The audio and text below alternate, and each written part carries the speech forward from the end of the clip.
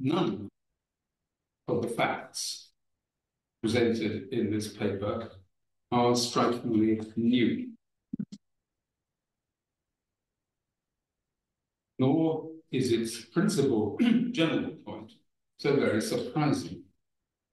But there are continuities in the invocations made by the imperial ecclesiastical complex of the historical past, version of Constantine the Great, and the consolidation of true religion across the empire, along with continuities in the reputation Constantine's capital gained as a repository for relics.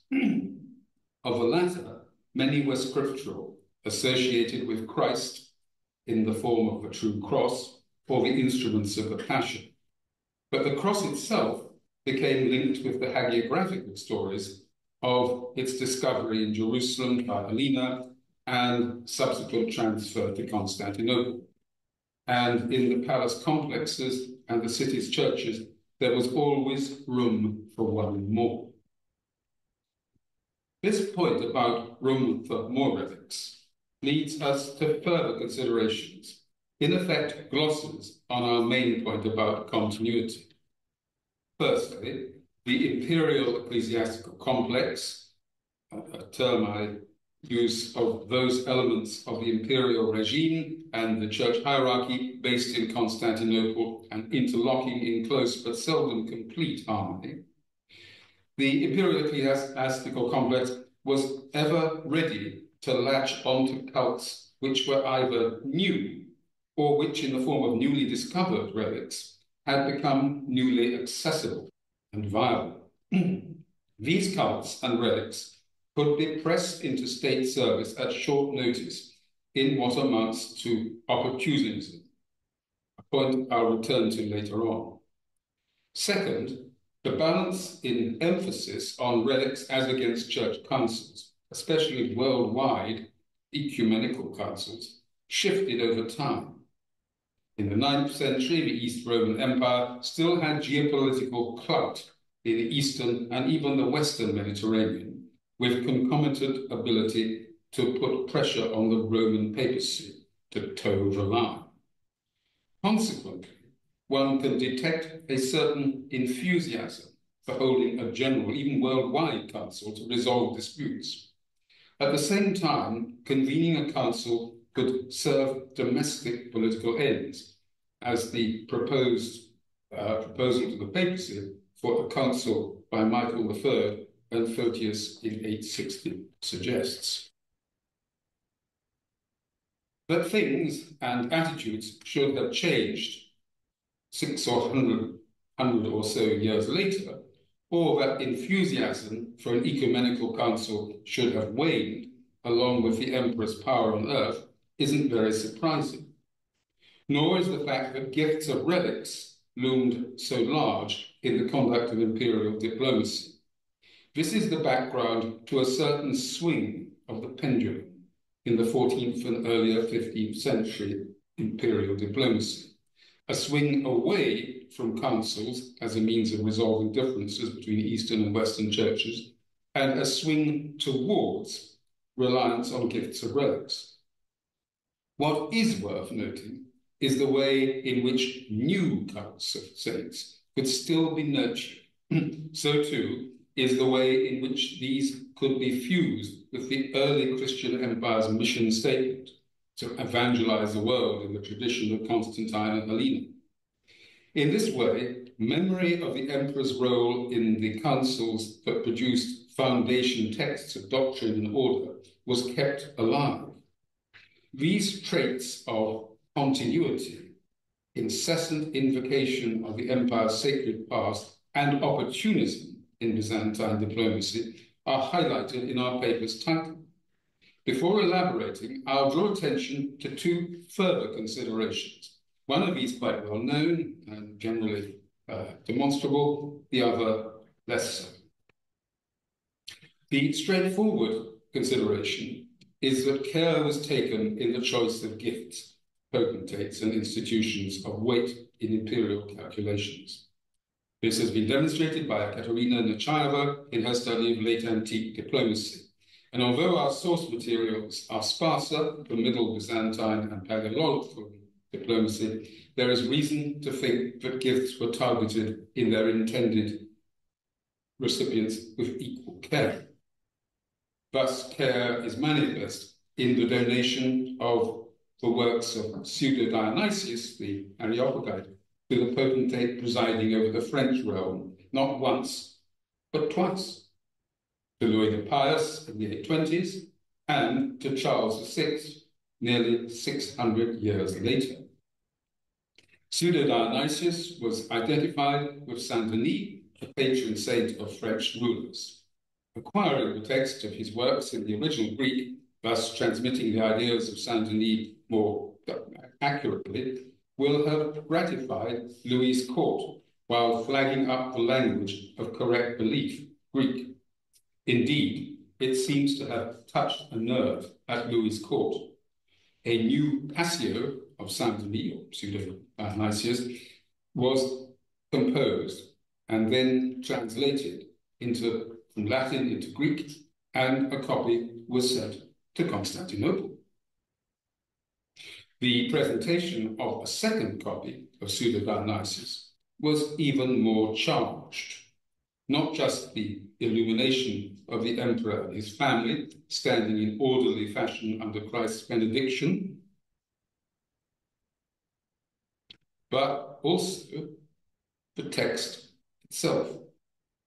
Pseudo-Dionysius had actually coined the term hierarchia, hierarchy, and set out the master plan for what he termed the principle of unity. Arriving as it did after some 30 years of papal schism, and while preparations were in hand for the General Council that would meet in Pisa in 1409, this text amounted to a demonstration of the Eastern Emperor's God-given role in bringing about order in the Church. And if there were doubts about the message, they will have been alleviated by the book's bearer, Manuel Chrysoloras. Chrysoloras, a renowned professor at the University of Florence, was well placed to expatiate on the harmony attainable through observing the celestial order, and to do so convincingly, since he himself seems to have acknowledged papal primacy. If diplomatic gifts could be matched so carefully to their intended recipients, one might expect the same with the choice of relics donated.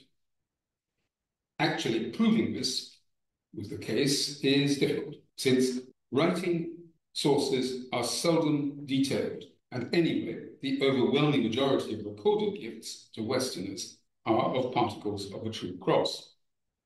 Nonetheless, stray bits of evidence tend to support the thesis of targeted relics. For example, it may be no accident, but Alexius I Komnenos sent an arm of St. John Chrysostom as a gift to the abbot of the monastery at Abingdon in England.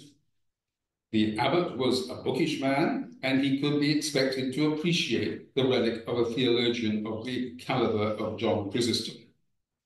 That a variety of relics was at the emperor's disposal is attested by the visit paid by a Canterbury monk to the imperial palace 20 years or so earlier, around 1090. He managed to persuade some English compatriots serving in the imperial household to let him view, quote, the incomparable treasury of relics, close quote. He then sought a fragment of St. Andrew to take home with him. Another, more speculative consideration is worth airing, that the possessor of an object retains a kind of ownership even after giving it away, and all the more so if he or she doesn't receive a countergift of equal worth. This concept was set out by the anthropologist Marcel Mauss. Quote, through it, the giver has a hold over the beneficiary, just as he, being its owner, through it has a hold over the thief, close quote.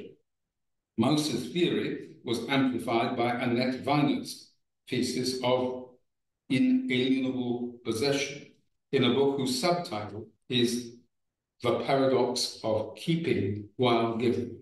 Keeping while giving. These ideas have been picked up by Cecily Hillsdale, who sees them at work in the emperor's gift of a high-born bride and a crown to the Hungarian king Géza in the 1070s. Showing or wearing such a likeness of the emperor will have conjured up notions not only of the deference due, but also of his omnipresence. If the theory of inalienable possession holds true of gifts of vestments and such like luxury goods, it should have even greater force in the case of relics. But here, the whole point is that the emperor's giving cannot be reciprocated. By an act of grace, he was drawing on what our Canterbury monk calls his incomparable treasury of relics. And while a relic represented the original saintly being most directly, it presumably also conjured up notions of keeping while giving on the part of its donor, the emperor. Besides, some containers of relics may have had images of him on their exteriors, as containers of other gifts did. As we'll see in a minute, images connecting the emperor with relics were still being disseminated in the 15th century. Bearing in mind these considerations, we'll turn back to the theme mentioned at the start, East Roman diplomacy's stress on unbroken continuity from Constantine the Great. By the 15th century, the pendulum had swung heavily towards what John Barker terms reliquary diplomacy, and away from enthusiasm for councils to resolve issues of doctrine, ritual, and papal primacy. According to George Francis, Manuel II Palaeologus advised his son John to hold out the prospect of union with the Western Church by way of intimidating the Ottoman Turks, but warned that a grand council to bring this about would be counterproductive. Quote, "I fear that the schism would only become worse." These words of warning are well known to scholarship, as is the rather pitying put-down that Manuel pronounced of his son, which George Francis claimed to have heard from the emperor's lips. The trouble with John was that he wanted to play the part of an emperor in the grand style, quote, "befitting the felicitous times of our ancestors," felicitous times of our ancestors, the early emperors. Now, though, under pressure on all fronts, quote, "it isn't an emperor, Basileia, that our state needs, but a manager, Konamos."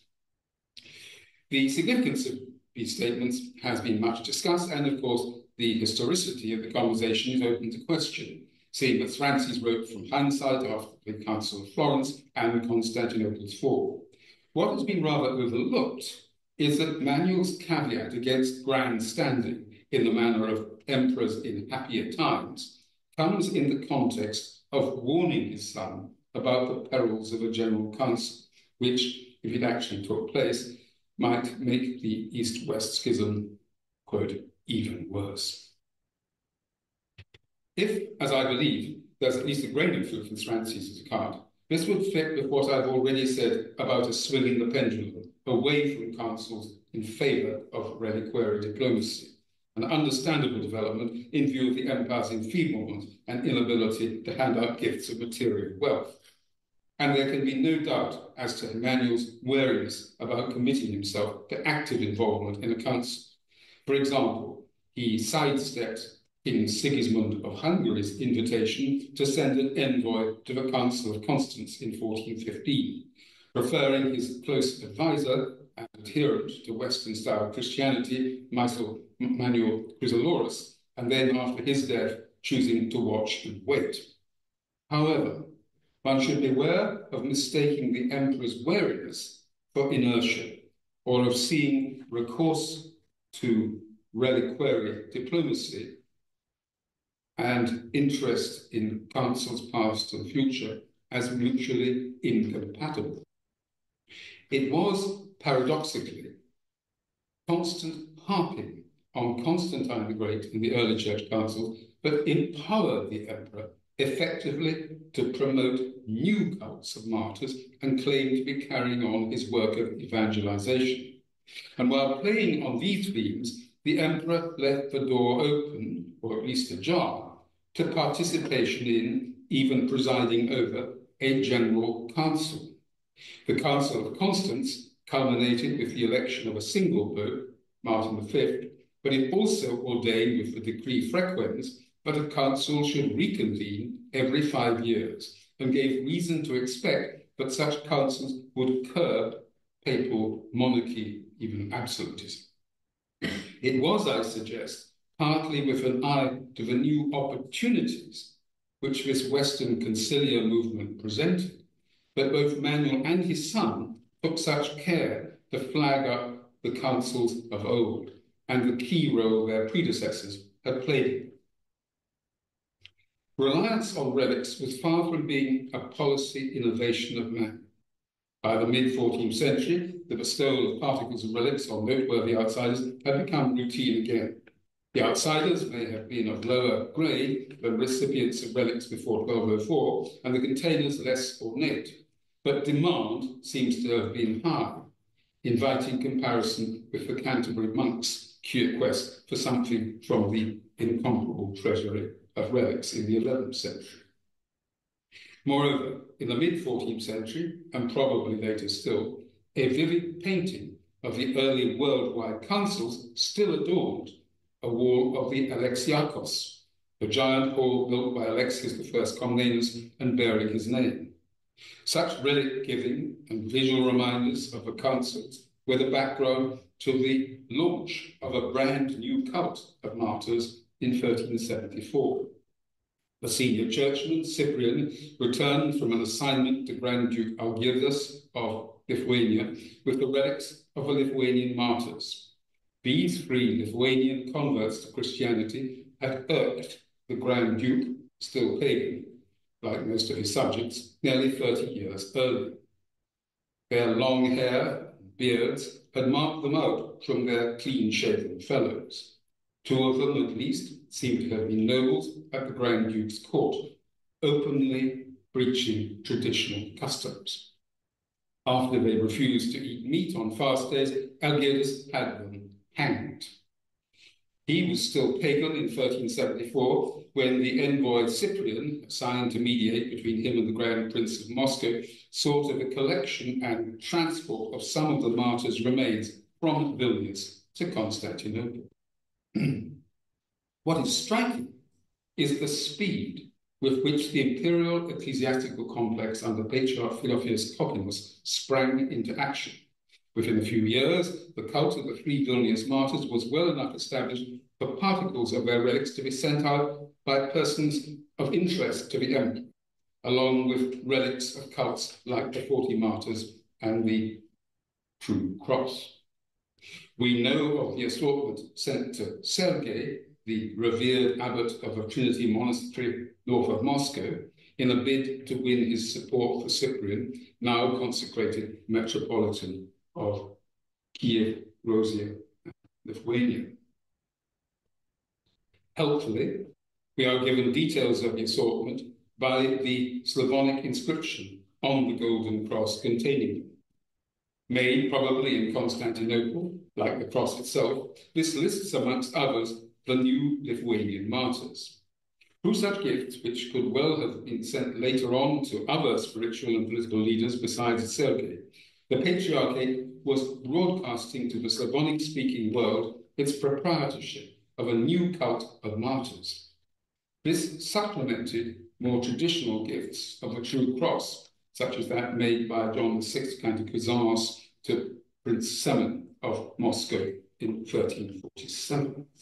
And the 14th century golden cross reliquary bearing a Greek inscription from the Tver region probably also arrived as a diplomatic gift. Probably spurred on by Cyprian, who had brought the relics back from Vilnius, steps were taken to recognize the 3 Lithuanians as saints. Liturgical texts were written for services together with, most probably, a life.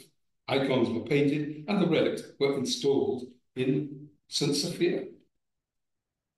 Perhaps most strikingly, the hymns and other liturgical texts were translated into Slavonic, and according to Sergius Temchinus, the translator was almost certainly a South Slav, judging by the morphology and vocabulary. The Bulgarian-born Cyprian may well himself have done the translation, Temchinus suggests, and Cyprian could have done the work before heading north as Metropolitan of Kiev, Rosia, and Lithuania in 1379. The Greek original of these texts do not survive, but they will have been of use for the annual commemoration of the martyrs on their feast day, as we learn from the encomium of the martyr, a text surviving in the original Greek. This text's author was, quote, the Rhetor of the Great Church, Michael Borselmann, close quote, according to the 15th century manuscript that preserves the text. The encomium is a work of rhetorical merit, as one might expect of a rhetor.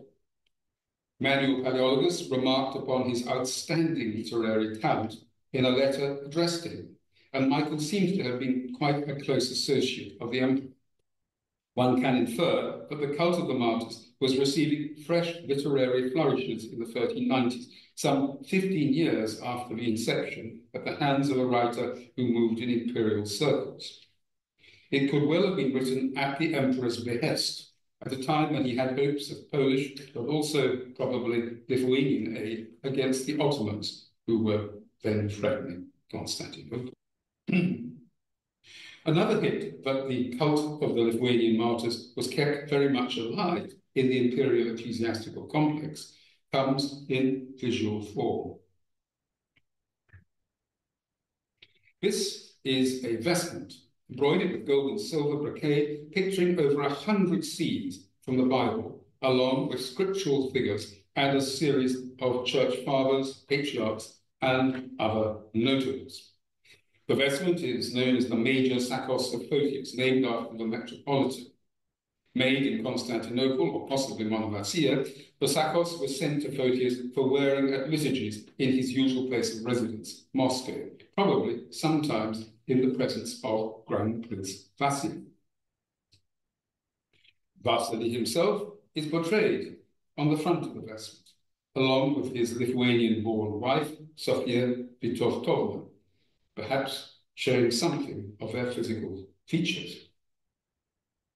The attention of historians like John Meyendorff has focused on the ranking order on show here. The senior position to the right of Christ is occupied by John VIII Palaeologus.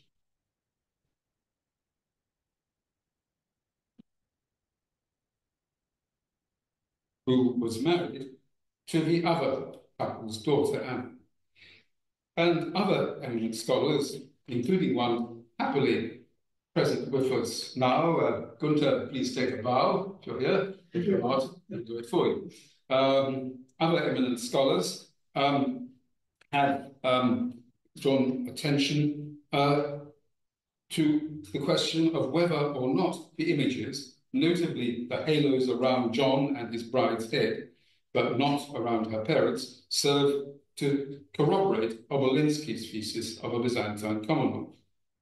However, here I want to point out three other aspects of the positioning of figures on the vestment, aspects literally illustrating my points about continuity, counsels, and the creative use of relics. First, one should note the placing of John Palaeologus directly underneath Constantine the Great, while on the other side of the lower central cross, Constantine's mother, Helena, stands directly above Princess Sophia, the mother of John's now haloed wife, Anna.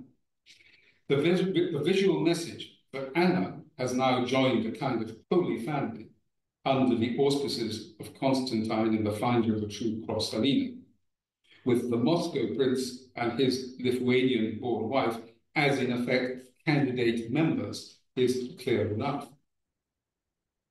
A second aspect of the positioning of figures is the two vertical bands of figures to the left of the main panel, showing prophets, church fathers, and hierarchs embodying the continuity and orderliness of the true faith, visual variations on the theme of hierarchy seen in Manuel II's gift of the works of Pseudo-Dionysius, the Areopagite. Near the bottom of one band is Theresias, patriarch at the time of one of the last ecumenical councils, Nicaea in 787. Below Theresias is, according to the inscription, the most holy metropolitan of Kiev and all Russia, Photius, the present-day incumbent of the see, standing to the side of John Paleologus. The picturing of Theresias among the hierarchs is a fair enough reminder of the ecumenical council's centrality to the faith. But the depiction of Photius as a kind of successor is somewhat bold for all the erudition shown in Photius's writings. A third aspect of the placing of figures is the group at the foot of the lower central cross, what Manuel called the quite unexpected image of the three Vilnius martyrs, here shown as half figures and given their names and termed Hoyrosa, the Rus, rather than Lithuanians, as in the cross sent to Sergei of Radonezh. The visual message in placing the martyrs at the feet of the haloed emperor and empress could hardly be clearer, even if the martyrs were also flanked by the unhaloed in-laws of the emperor. After all, as we've seen, the martyrs' relics were kept in St. Sophia and venerated with the Rhetor Michael Borselmann's encomium read out every feast day, it seems.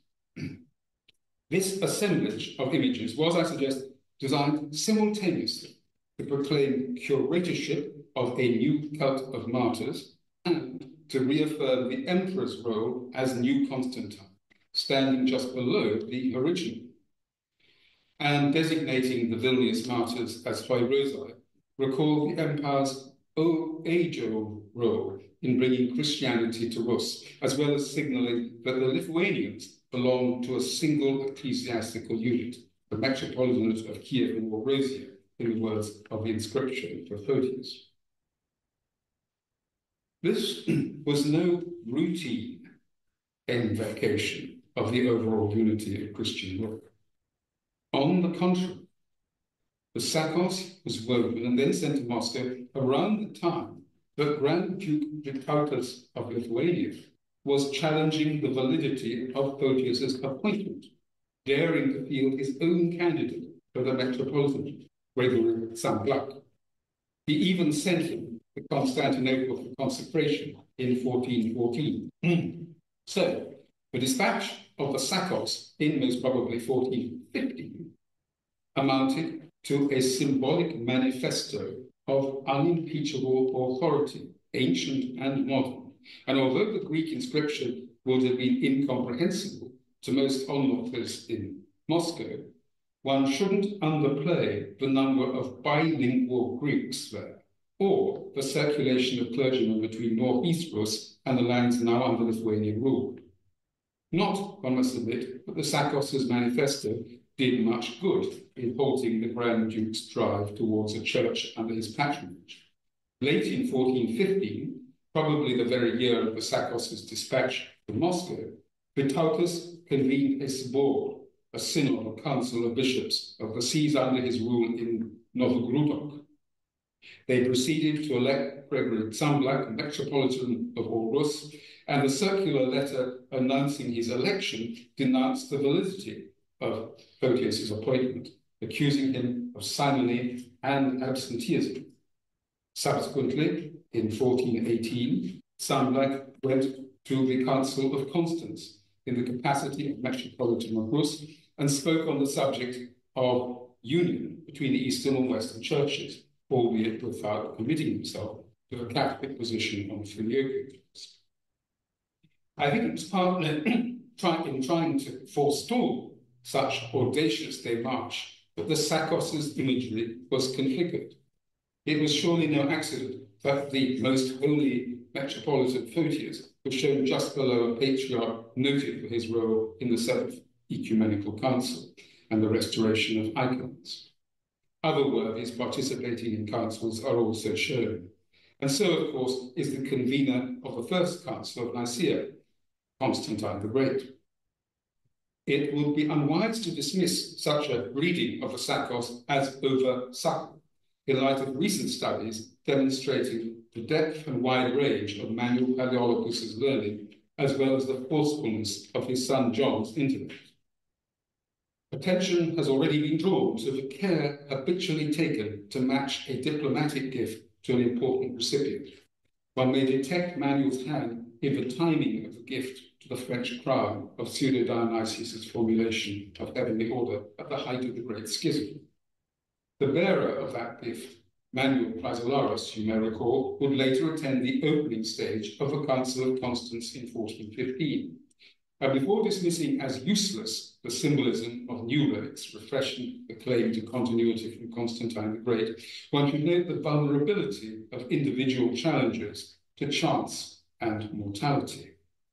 In the event, within a few years, Gregory Zamblac was dead, and Grand Duke Vitautus was meeting up with imperial envoys and metropolitan Photius at the very spot where the council denouncing Photius had met 5 years earlier, Novgorod.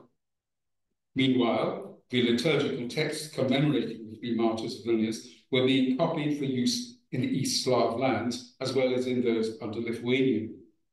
This will presumably have redounded to the credit of the proprietors of their relics in Tsargrad.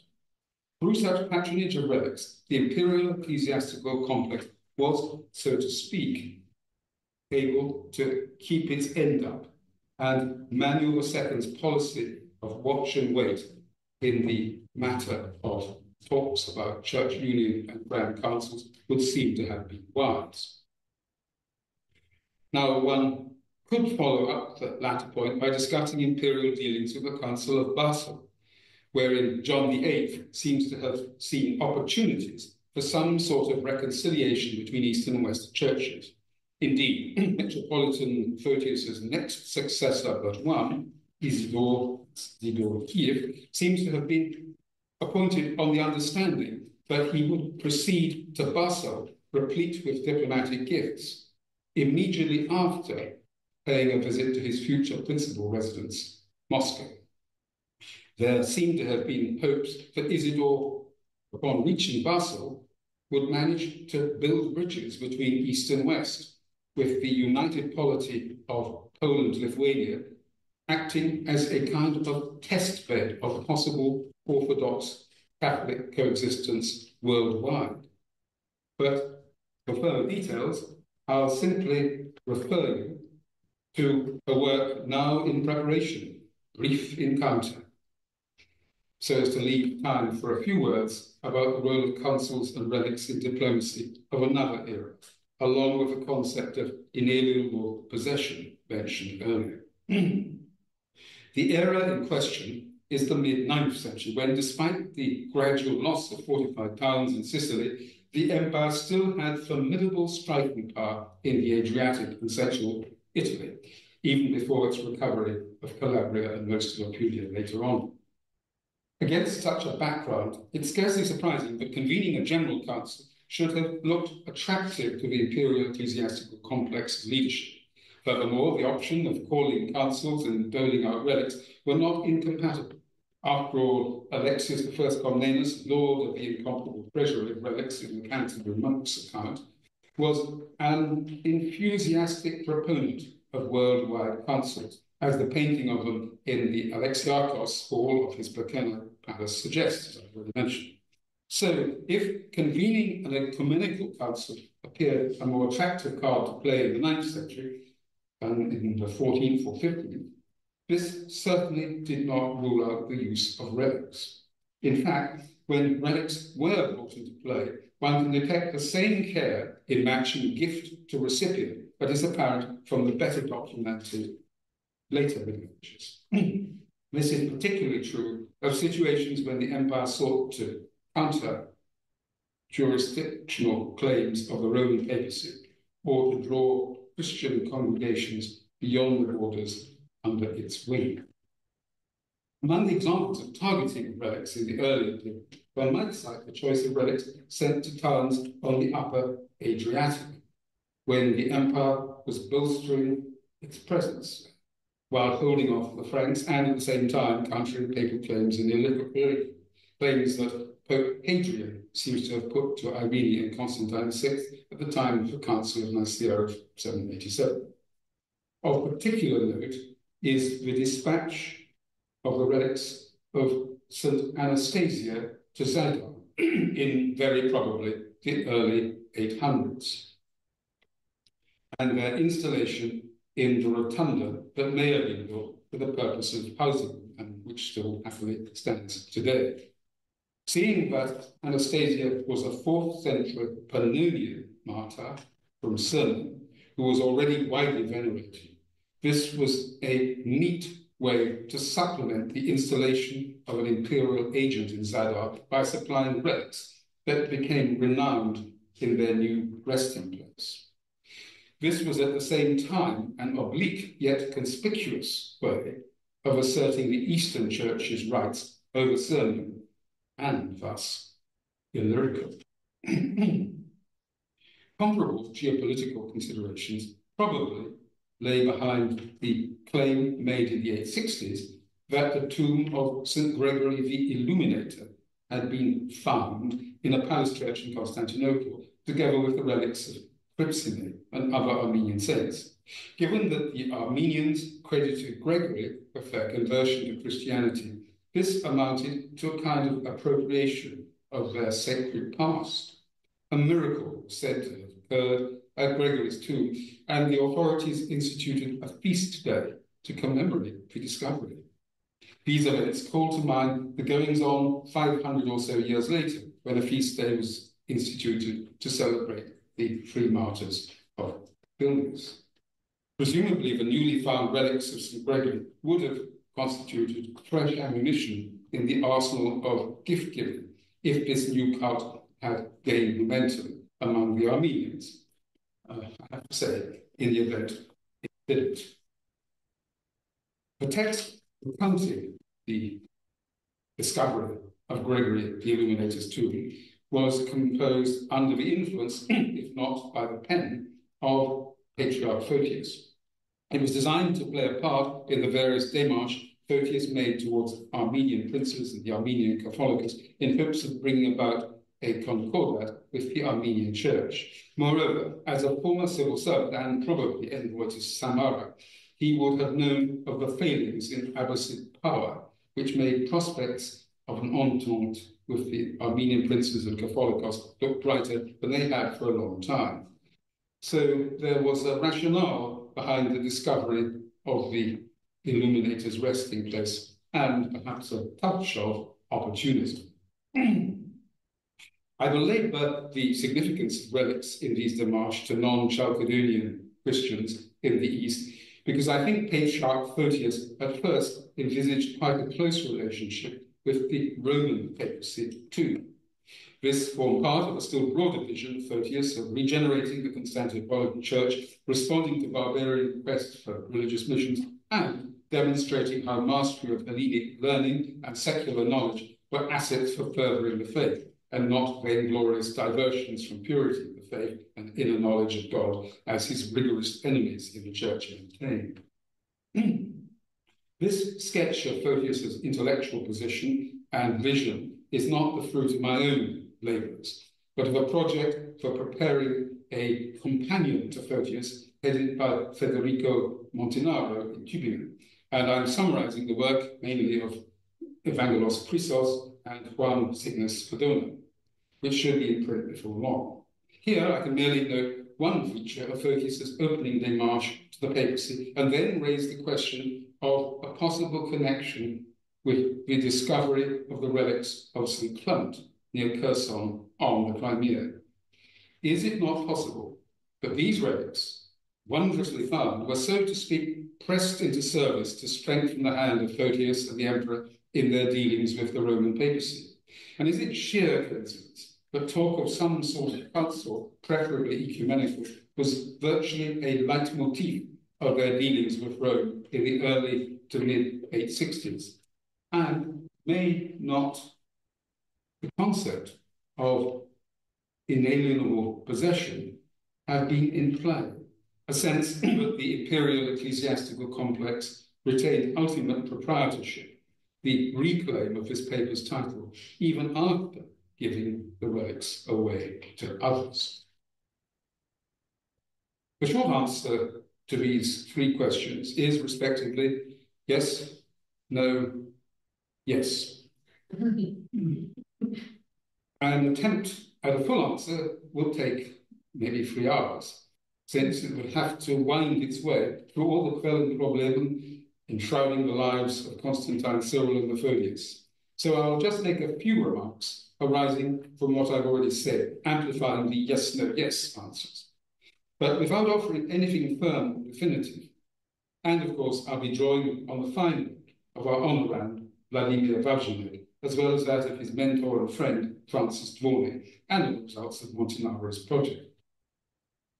First and foremost, one should consider a noteworthy feature of Photius's démarche to the Roman papacy, the generally positive attitude in the first years of his patriarchy.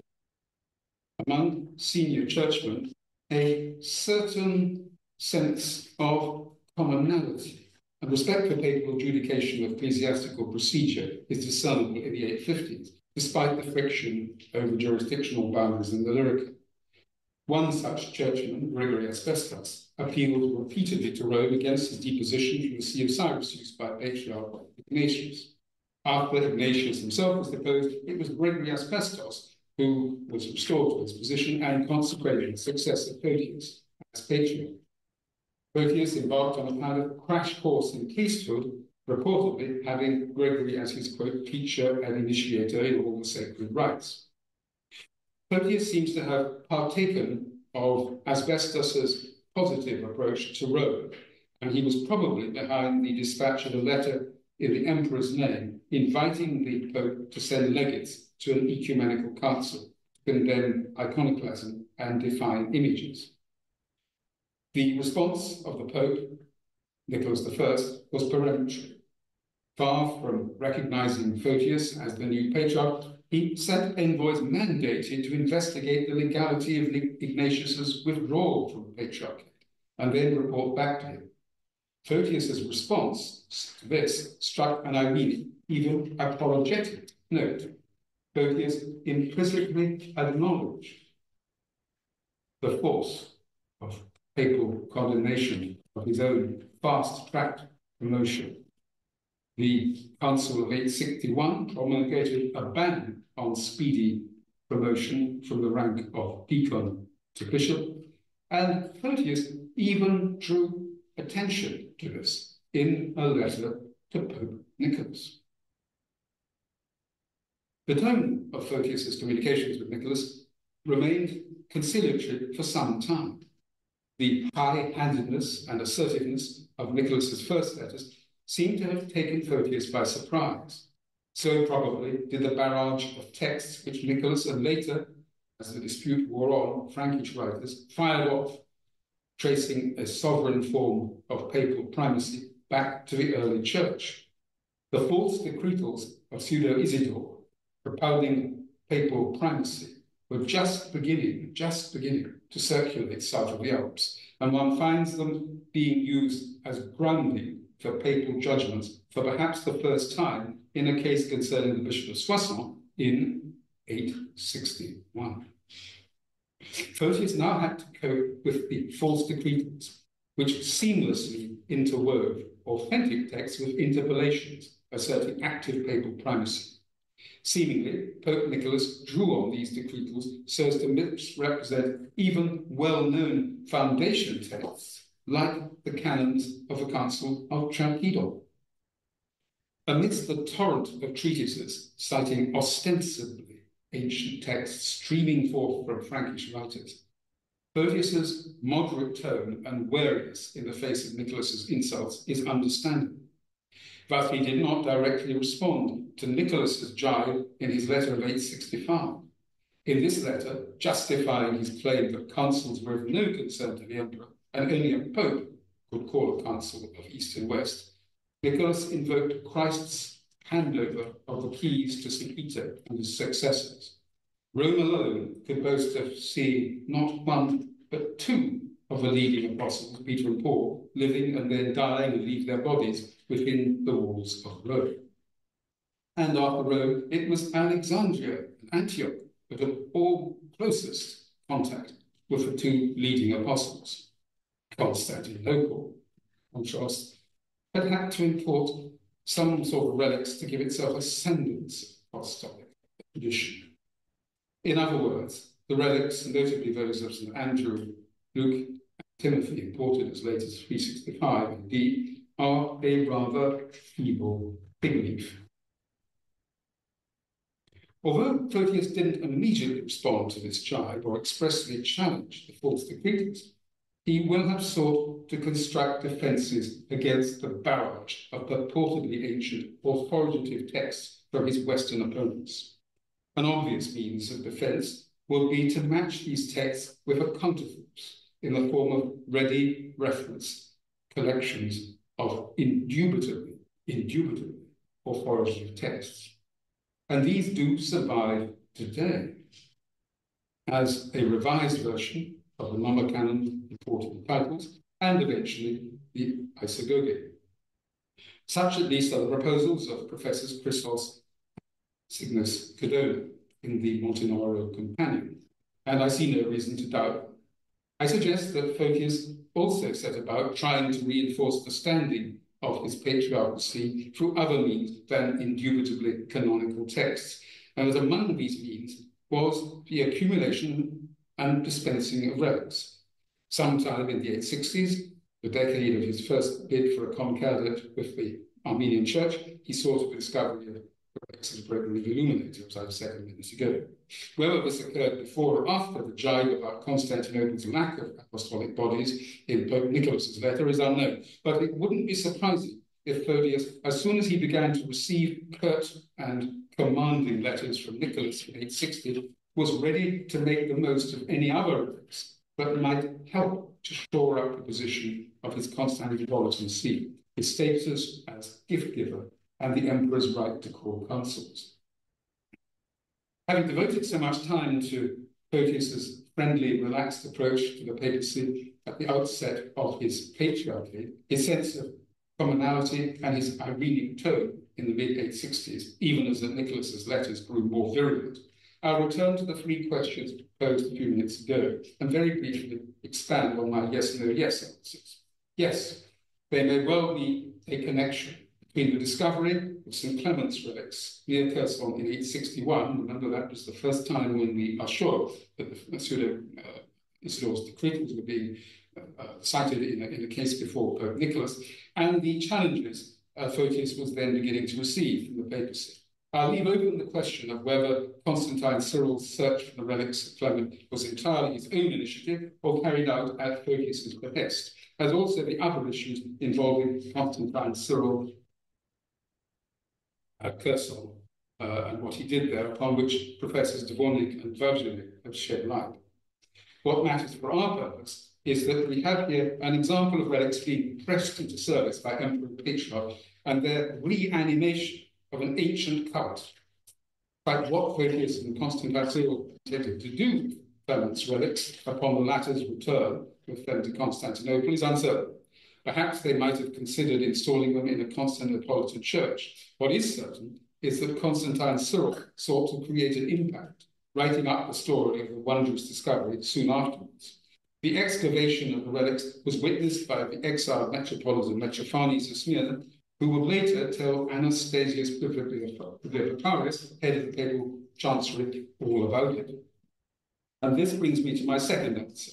No, it can hardly be a coincidence that Photius and the emperor were mooting the idea of a church council around the time the relics were brought to Constantinople in 861.